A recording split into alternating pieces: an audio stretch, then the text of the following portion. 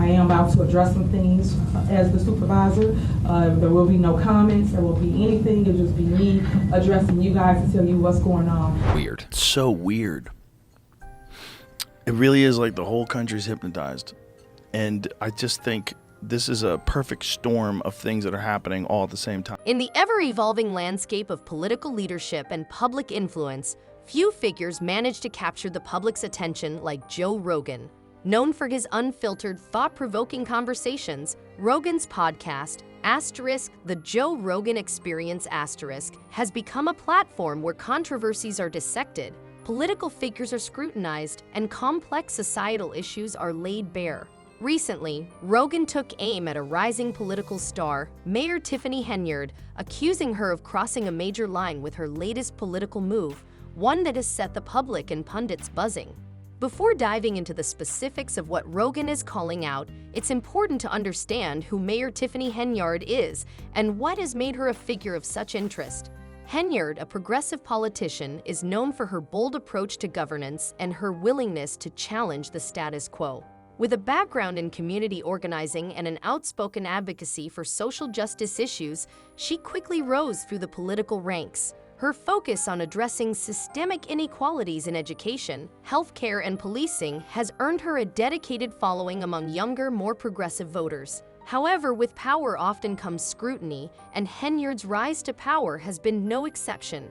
Critics have accused her of prioritizing ideology over practicality, and her aggressive stances on controversial issues have alienated certain segments of the electorate. But it was her most recent move, an action that Rogan would soon highlight, that has thrown her into the political spotlight in a new, more contentious way. During the way the local police department operated, while the order was well received by some, it raised alarms among others about the potential overreach of executive power. Henyard's executive order proposed a series of changes that on the surface appeared progressive. Among other things, it called for an immediate reduction in police funding, the redistribution of those funds toward community-based mental health programs, and the creation of a civilian-led oversight board with the authority to investigate police misconduct. But the most controversial aspect of the order was the proposal to limit police officers' use of force in situations where, according to Henyard's office, de-escalation could be used instead. Additionally, the order included provisions for the suspension of certain police officers who were involved in high-profile incidents, even before investigations had concluded. While these measures were celebrated by activists and progressive supporters, they sparked outrage from others. Critics, including many in law enforcement, argued that such sweeping changes undermined the authority of police officers, created a dangerous power imbalance, and placed unnecessary restrictions on those tasked with maintaining law and order. Some even accused Henyard of overstepping her bounds as mayor and encroaching on the powers of the police chief and the city council. It didn't take long for Joe Rogan to weigh in on the controversy. Known for his nuanced takes on politics, societal issues, and government overreach, Rogan didn't hold back when discussing Henyard's executive order. On a recent episode of The Joe Rogan Experience Rogan slammed the mayor's move, suggesting that Henyard had crossed a major line. "I get it," Rogan began, his voice tinged with frustration. "She's trying to make some big changes, trying to be progressive, but there's a reason why we have checks and balances. What she's doing here is overreach, plain and simple.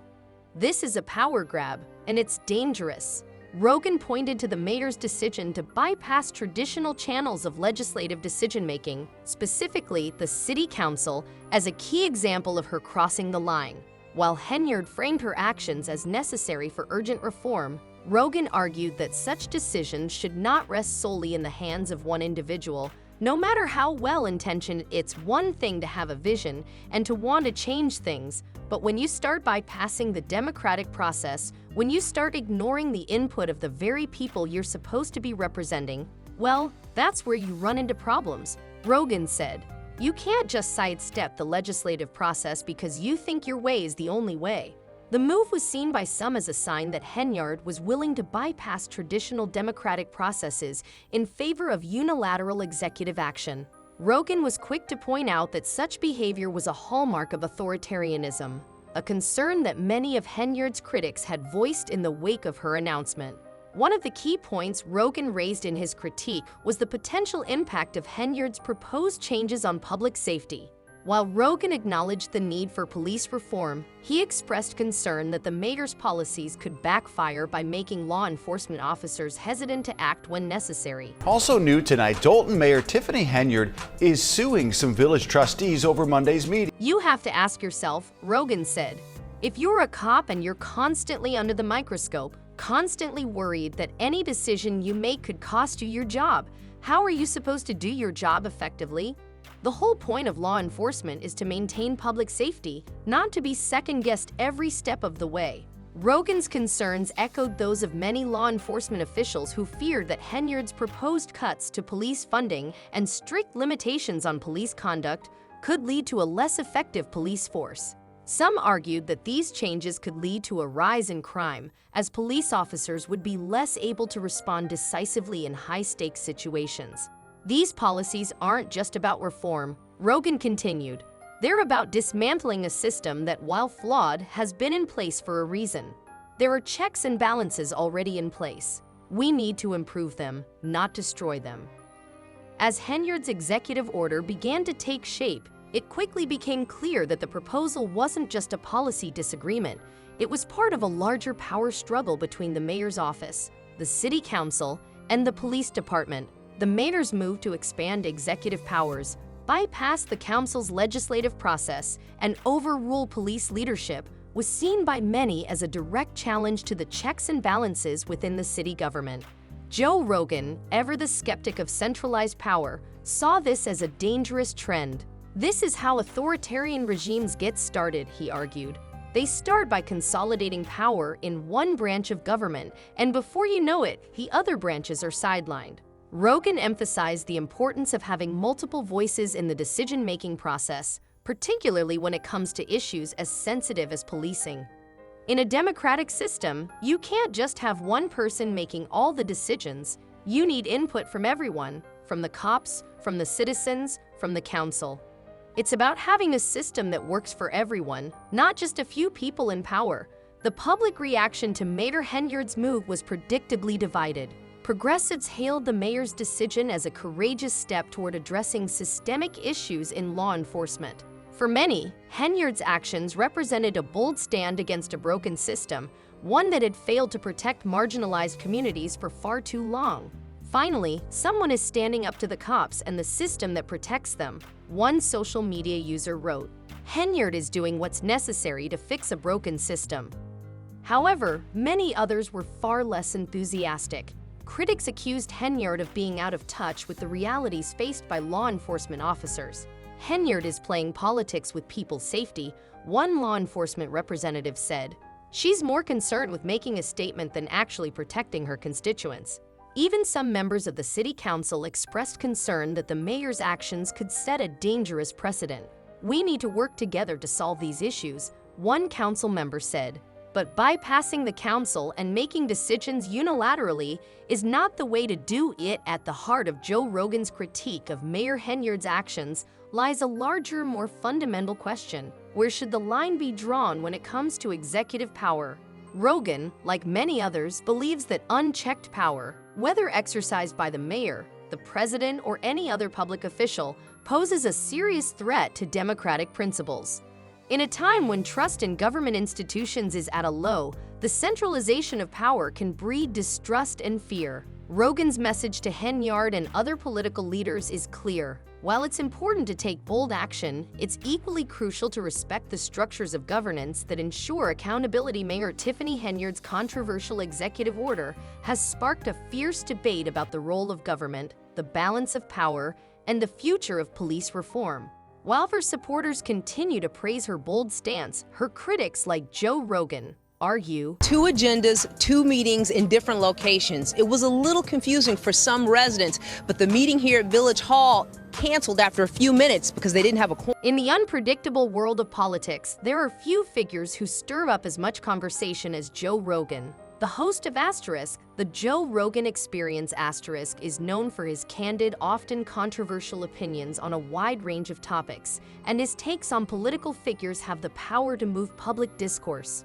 Recently, Rogan set his sights on a rising political figure, Mayor Tiffany Henyard, accusing her of crossing a major line with her latest political move, one that has set both the public and pundits buzzing.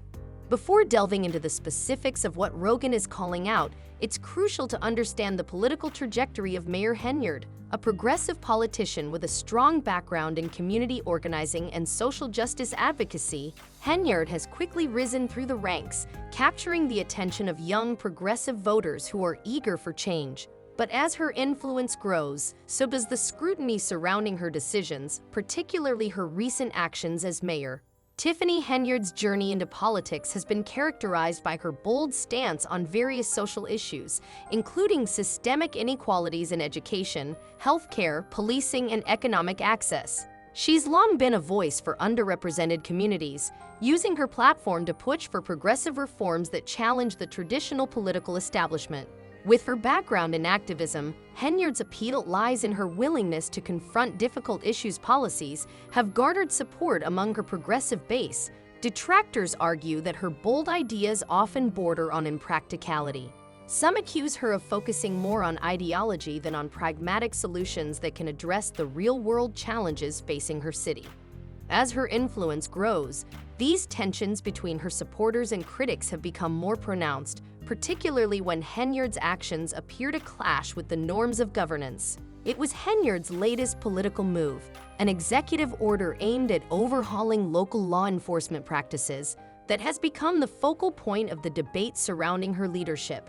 The executive order, which she signed into effect without the approval of the city council, seeks to radically transform the local police department with a focus on reducing police funding and reallocating those resources to community-based services like mental health programs and youth initiatives.